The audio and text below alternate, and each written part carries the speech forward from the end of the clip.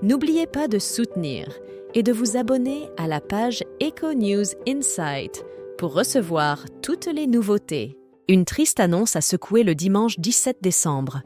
Claude Villers, une ancienne personnalité marquante de France Inter, est décédé à l'âge de 79 ans. Après près de 4 décennies de service, le monde des médias pleure la perte de cette figure emblématique.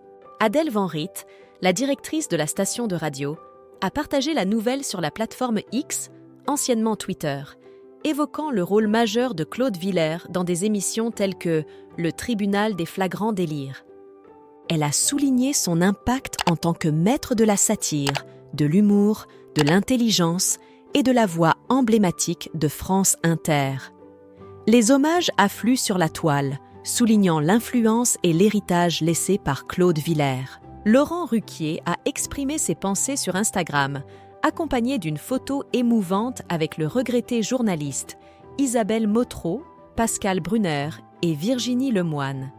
Thierry Moreau, ancien chroniqueur de TPMP, a également partagé son émotion face à la disparition de Claude Villers. Il a décrit la voix inimitable, l'humour incisif et le talent immense de Villers, soulignant l'impact positif qu'il a eu sur sa jeunesse et son amour pour la radio.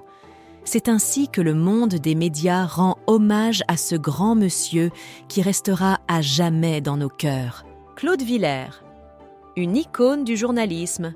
Les hommages abondants sur Internet reflètent l'estime dont jouissait Claude Villers au sein de l'univers des médias. Né le 22 juillet 1944, ce journaliste aux multiples talents a traversé diverses professions avant de trouver sa véritable vocation.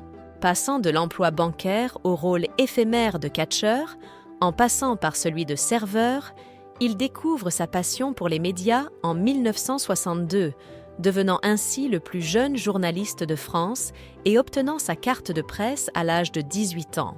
Claude Villers entame sa carrière sur France Inter, où il s'investit pendant près de 40 ans, animant plus d'une dizaine d'émissions devenues emblématiques. Parmi celles-ci, on trouve Pas de panique, Marche ou rêve, Comme on fait sa nuit on se couche, Le vrai faux journal de France Inter, Marchand d'histoire, Les routes du rêve et Le tribunal des flagrants délires.